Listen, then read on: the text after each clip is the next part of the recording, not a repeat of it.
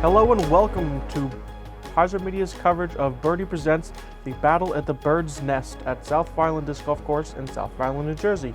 This tournament and coverage is presented by Birdie Disc Golf Supply. I am Dave Oster here with Rick Hansen. Rick, you ready for this back nine? I'm ready for the back nine. Our front nine was pretty interesting. We had some players go out and get a little hot there, but now we're moving on to hole 10. I'll turn this over to you, Dave. Sure. Hole 10, par 4, 468 feet. The water line is dramatically shorter, making this hole easier for these guys. Cleared out trees in the winter makes the hole, again, even easier. Skip shots can get you up into this area, and short approaches will make this a fairly easy par 4 if done correctly, but of course there's plenty of danger to be had on any water carry hole. So we'll see how these guys make out. Yeah, this one looks to play vastly different between winter and summer. Yeah, the water line is 150 feet shorter now, and all these trees, not only is it the winter, but the guys who take care of this course did a great job clearing it out, and definitely make this hole a lot better. It plays much better. The club that handles it, aren't they known as the Birds? The Sidebirds, I believe. The Sidebirds, that's it. I'm gonna get crucified for that. I think they'll appreciate the shout out either way. Yeah, I know this hole, but I know it how it looks like this. So I turned it over on the drone coverage to you because I didn't know what we were looking at. Yeah, that it is looks big difference. Completely different. Yeah, Jason got over. Brian turned his forehand over a little bit, and sorry, Alex was a little bit of trouble. He had the line for the forehand, just left it out wide. Yeah, all these guys had no problem clearing the water, but they didn't really leave themselves in great position. You really want to get out into this kind of clearing, or far right where we're looking kind of past J is another line where you can get to the basket. He actually had a fairly clear open where he was. Yeah, Curtis turned it all the way over, or sorry, Hyzered all the way over into the short 10 fairway. Yeah, and he didn't have too much. He pitched it out and made it some up near the basket, but let's see what he has from there. With a jumping Annie. Kenny? Oh, good run. At least it's that, too, because it can roll there. Yeah, a little ditch. Definitely they go down there pretty easily. Ooh. Curtis with the scare. Okay, sit. There you go. Jay obstructed a bit here, but sometimes those framed putts are a little easier. Yeah, you just aim for the short gap and the basket just follows. Great par save. Great par, yeah. I think it's not really safe. Just obstructive putt he had to get. He did have to scramble. I'll give you the par save comment. All right, thanks. I appreciate it. And Brain cleans it up.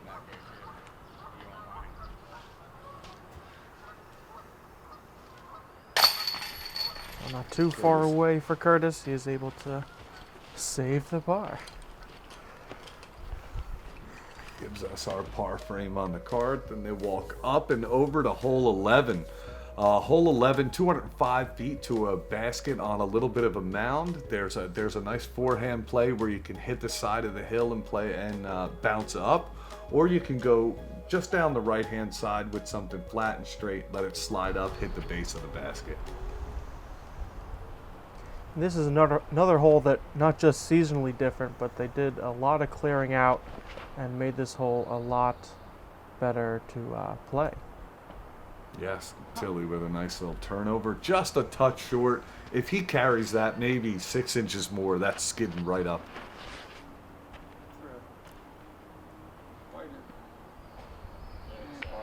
And Alex with a little tree love back in the basket. That should be a nice birdie.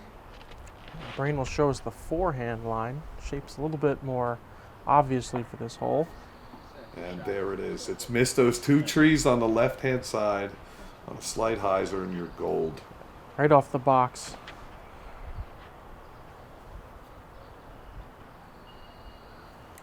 Curtis goes a little deep, but he's still up there. That means he's still putting. Yeah, he kind of hit where the side of the hill. Oh, great putt. It kind of curls around to hit the left side, and it faded left instead of skipping up towards the basket. But as we saw, he made the putt anyway. Yeah, and you saw how close Jay was to just getting up there for the tap in. Still drains the bird. And we're going to have a star frame here on hole 11. That's right. Great star frame, guys. First of the round. Well, okay. We're pausing. I didn't want to make sure we're speaking too soon. As soon as it came out of my mouth, I'm like, yeah. Please. And we will move on to hole 12, par 3, 356. Players are going to be trying to throw over this valley and up the other side of this hill. They do land in it. It's not out of bounds, but you'll have to have a more difficult shot up a hill for your second shot. If you do manage to make it up the hill, you have to avoid these few trees right over the ledge and then not go too far because there is water and a steep slope behind the basket. We'll start with Jason here. Looks like it's turning over just a bit too much. He misses the main gap, but he's up on that ledge, so he should have a look from there.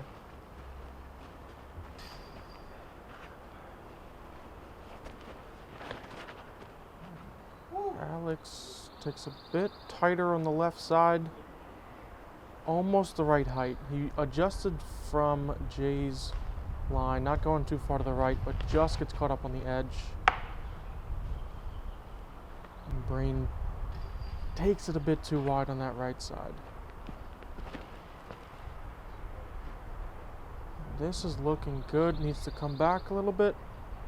Oh, great. Turns the camera up around. Shout out to Wendy. Still got it on camera, and that is parked. This is maybe one of the most difficult par 3s you're going to see. 356 feet, but the line is just so specific.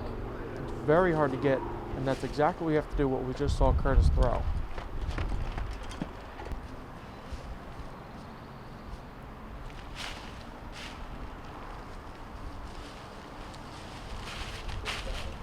And that's kind of what most players are going to be left with, what we just saw Alex hit the hill, and you have a little pitch up for your par.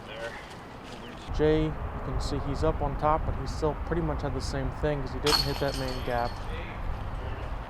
And great save by Brain, who did manage to get back there after hitting an early tree, so good for him. And Curtis with an 18-footer for the birdie. Great shot by him. Most of these guys will just be tapping in their pars.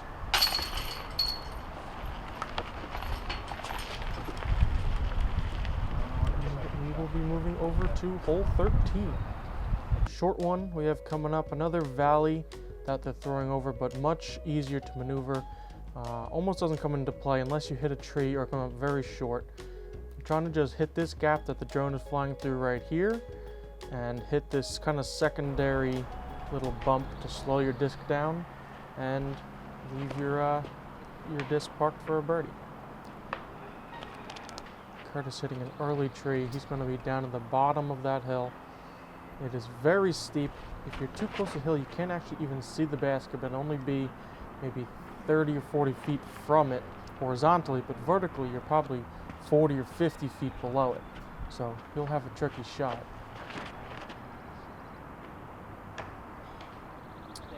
Oh, that needs to sit. Oh, I think it, oh, no, it did not. Sorry, Alex. Brain showing us the forehand potential. And that could have worked. It'll need to be maybe a little bit more stable, a little less angle. He got caught up. He is on top. But we see this is what Curtis and Alex are going to be left with. Super uphill putt, throw. Not really trying to make it from here unless maybe a second round thing you're desperate. But pretty much just trying to do exactly what Alex did. Put it next to the basket, move on with your par. Brain giving it a good scare.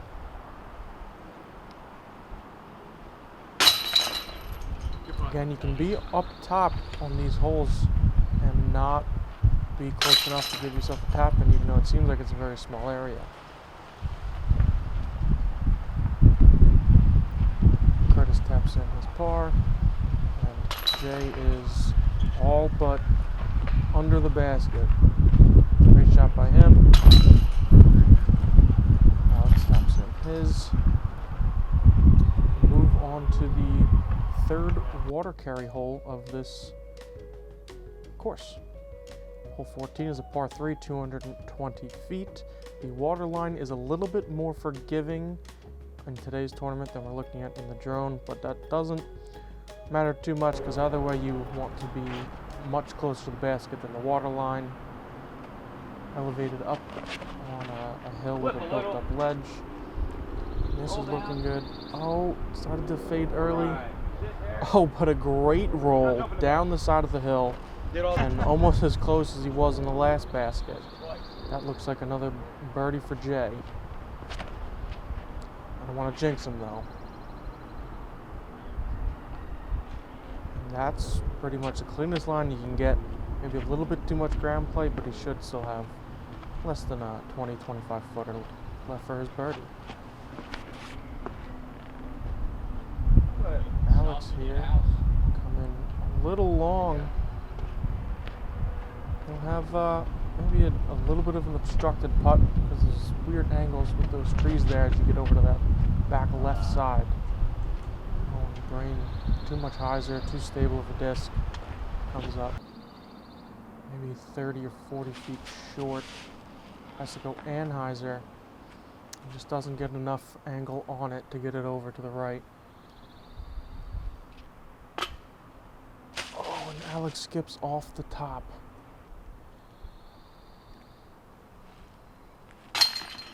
Great comeback putt. That was a similar angle, not quite as far as what Brain had as for his first shot.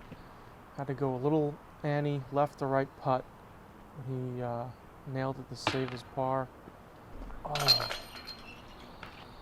Brain not able to match Alex's par save, just low on the cage.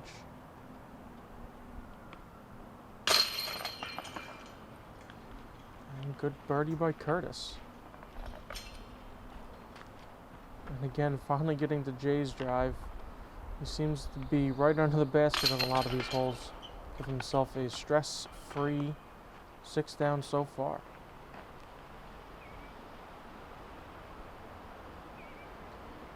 As we move over to hole 15, it is a par 4, 484 feet. It is a dogleg right off the tee. There's maybe 150, 175 feet, and you need to turn hard right. The forehand or backhand turnover are going to be the plays here. I think the forehand skip shot will give you a lot of distance around the corner, making your second approach shot much easier.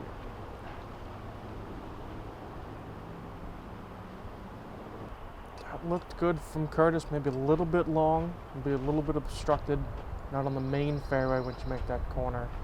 I think Jay turned it over and it was a little bit left side. I think caught the last tree, but that's pretty much a full flight. It wasn't going too much further than that. That's what you're looking for. A little bit tighter than what Alex had, and you're going to be right in the middle of that fairway, but he should have something. Brain with the natural forehand line. It's an early tree too. Sit down. Jay putting down the backhand roller trying to get through these trees. Gets most of the way up there. He might have a couple feet outside circle 2 look at his birdie. Oh, and that just never turned over enough for Brain. Unfortunate, but he'll have a look to save his par.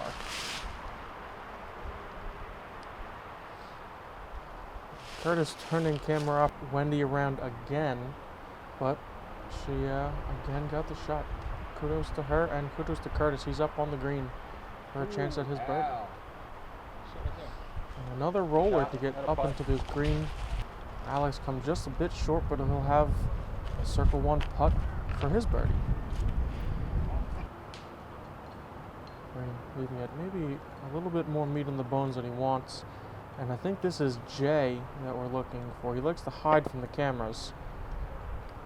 And that will do. That's for par, but again, stress-free, doesn't have to worry about it. Oh, and Curtis just a few inches too far left. And a great par save by Brain.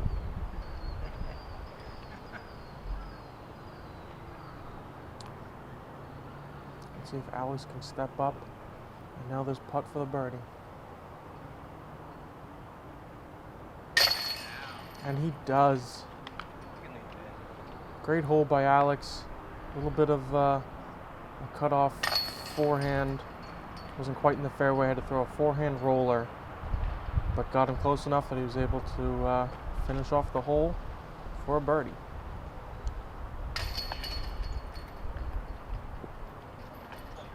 Jay taps in his par. And these guys are heading down the long walk to hole 16. It is a par 3, 331 feet. Pretty much a hyzer line all the way. Trying to hit maybe 40 or 50 feet short and skip up to the green.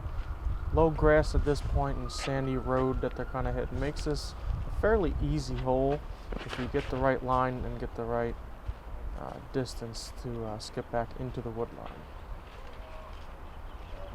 Alex actually goes a little bit high and long, but he is on the green. Doesn't play the skip play, tries to go air shot all the way, and it works. This is more of what I was talking about.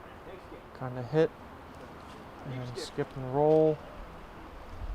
A little bit short for Jay, but still on the green.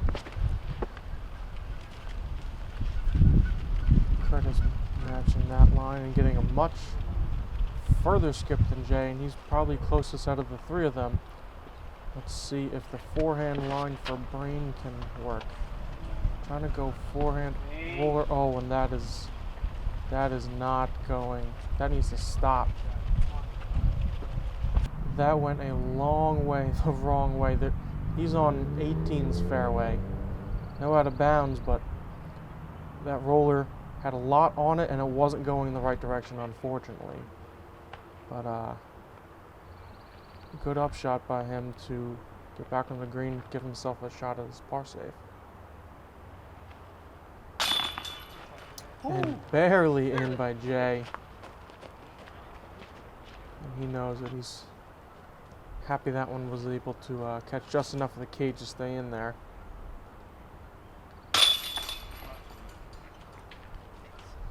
Curtis has a nice spin putt floaty. It almost looks like he's just throwing it in, but it works for him. And he was up a couple strokes, and now he's back under par. So watch out, he's right back in it. I guess Alex wasn't as long as we had thought. Him and Brain are right next to each other. And both good putts.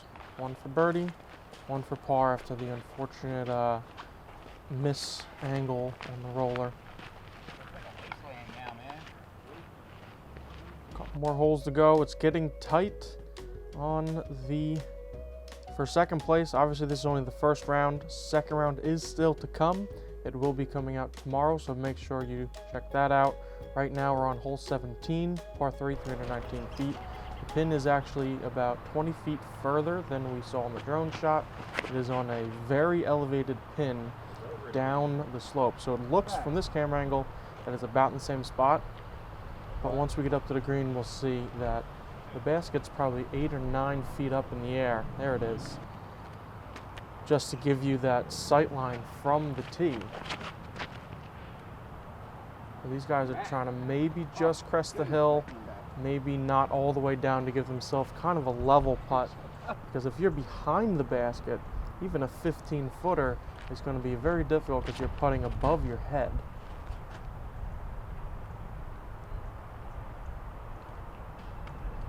So Curtis and Jay are kind of right side.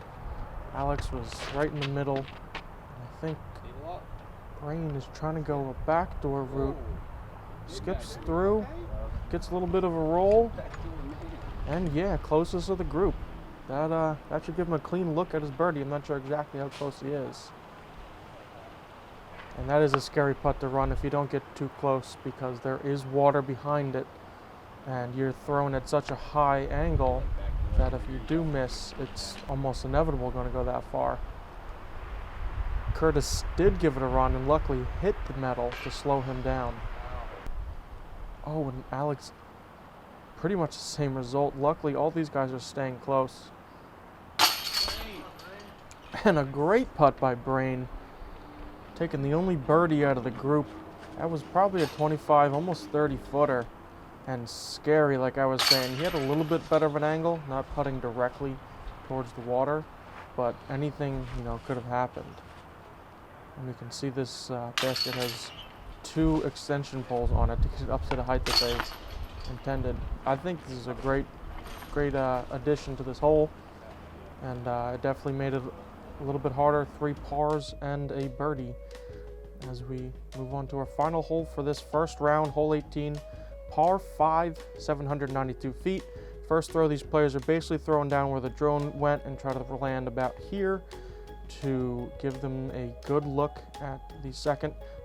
Really big arms can clear this fence in 2, maybe giving a look at an eagle, depending on which way the wind is blowing.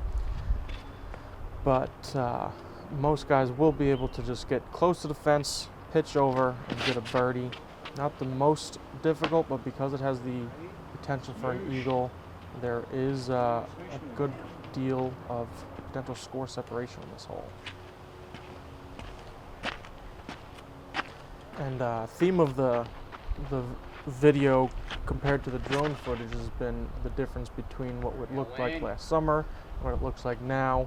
You see Alex goes a little bit too straight. He does get through that bunker of trees though, so he'll have a clean run up for his next throw. But the water level is way lower than it was last year, giving these players a lot more room to work with if they get too close to that water line. Unless you really turn something over, you're not going to have to worry about it pretty much at all. They are doing some maintenance in the park, which is why we see a lot of these bunkers of brush and trees up on the ground. It just happened to fall during the weekend of this tournament. So the players are playing around it. They're not playing as out of bounds, but they're playing as islands as casual relief. So if any player ends in there, they grab their disc, back up to the line that's spray painted around it, no stroke penalty, and just play from there. Alex able to cross the fence in 2, hyzered out a little bit too much. He has maybe a long eagle bit, but first round probably wouldn't need to push it. And Brain lands right in one of those bunkers that are casual relief, so he'll be backing up just a few feet.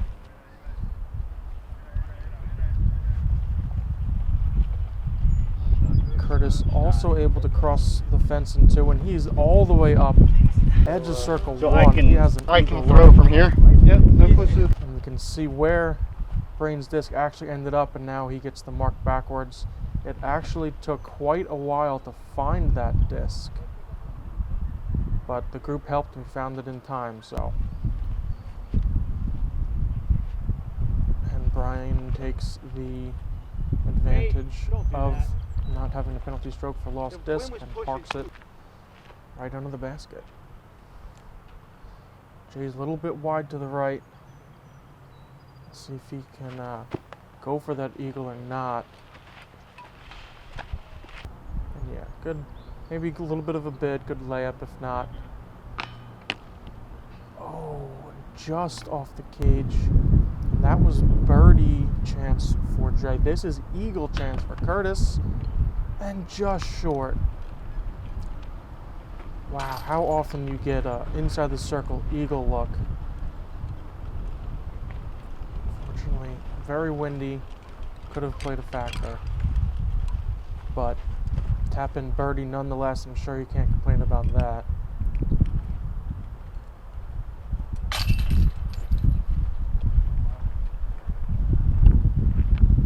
taps in his birdie. Jay a par. And Brain the third birdie on this card. Good round until that. So that will wrap up our first round. Thank you so much for watching. I'm sure everybody noticed that Rick hasn't been here for the last couple holes. We're having a little bit of technical difficulty, but he will be back for the second round, and we are looking at our second round card. Jason, Alex, Brain, and tournament director Bill DiBiase switches places with Curtis, and all great players. It's really an exciting card. If you haven't done so already, please subscribe to HyzerMedia's channel. We're posting lots of tournament coverage this year. There'll be lots of disc golf to watch.